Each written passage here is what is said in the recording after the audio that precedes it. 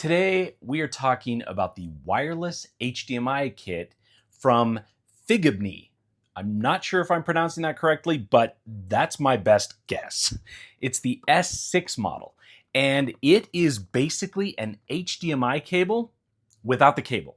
It transmits wirelessly. Now, FIGEBNY sent me this for review, so thank you to them for sponsoring this video. Now, what is in the box? So inside, we have two HDMI dongles. There's a transmitting dongle and a receiving dongle. Now, this is critical. The transmitting dongle has to be connected to your source, whether it be a receiver or a PlayStation or an Apple TV or Roku, whatever. The receiving dongle has to be connected to your projector or your TV, and they both require power to function. And we'll get to that in just a moment. Now, what else is included in the box? We have an HDMI extender cable. We have two USB power cables. These connect on USB-A to USB-C, and the USB-C end plugs into the USB-C port on each of the dongles to power them up.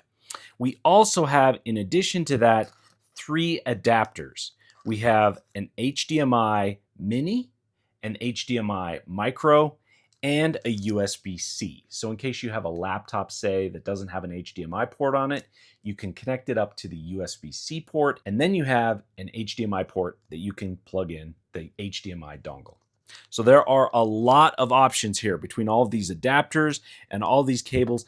It gives you the option to connect this up in pretty much any scenario that you have. Now, in my case, I connected the transmitting dongle to my Onkyo receiver, and then I connected the receiving dongle to my HDMI projector, which is behind me here. Now, in the case of my HDMI projector, it has some USB ports on the back, so I was able to very easily connect to one of the USB ports on the back of the projector, and then I plugged the other end into the receiving dongle, and it powered up just fine. Now, in the case of the transmitting dongle on my Onkyo receiver, there are no USB ports on my Onkyo receiver.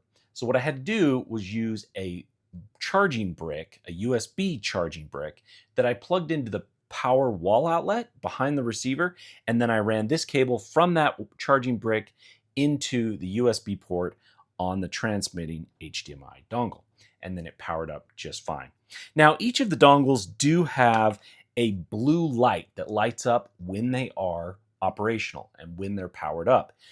That light also is a button, and that is how you pair them up. Now, a lot of times in my testing, they just paired up automatically. I plugged them in, I powered them up, and they just automatically synced up. But a couple times I did have to manually pair them. And to do that, you start with the receiving dongle, you press and hold that button for 5 seconds, and then it will start flashing. And then you go to the transmitting dongle and you press and hold that button for 5 seconds until it starts flashing. At that point, they will then sync up, and then a few seconds later, boom, you have a signal and they're talking to each other. Now, what are the specs of this HDMI wireless kit? The most important spec is that these are 1080p. Now, you can connect a 4K source. However, once it begins transmitting, it is limited to 1080p. Now, in my testing, did I notice a difference? Yes, I did.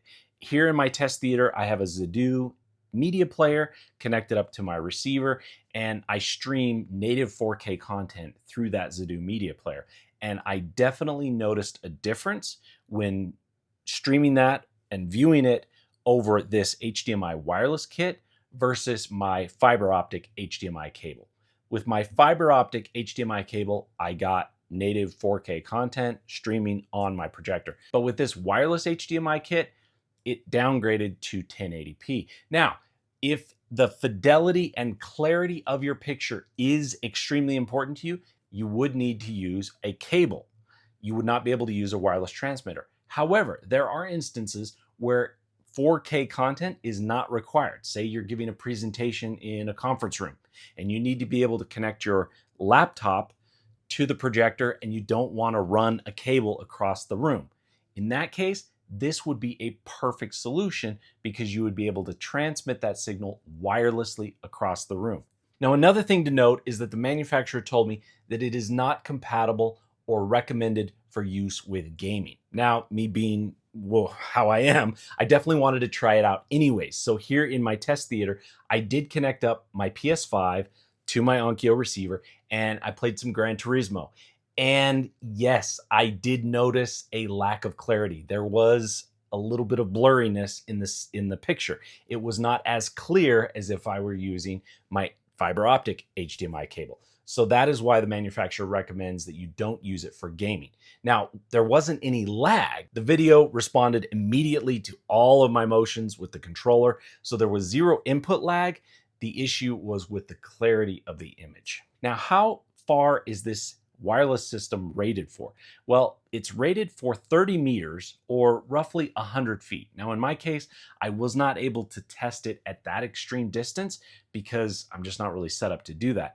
However, I was able to test it at a pretty far distance. So what I did is I had the transmitting dongle connected to my Onkyo receiver, and then I removed the receiving dongle from my HDMI projector, and then I took that receiving dongle down 2 flights of stairs down to my main theater, and I connected it up to my Valerian projector in my main theater, and it had no trouble making that connection.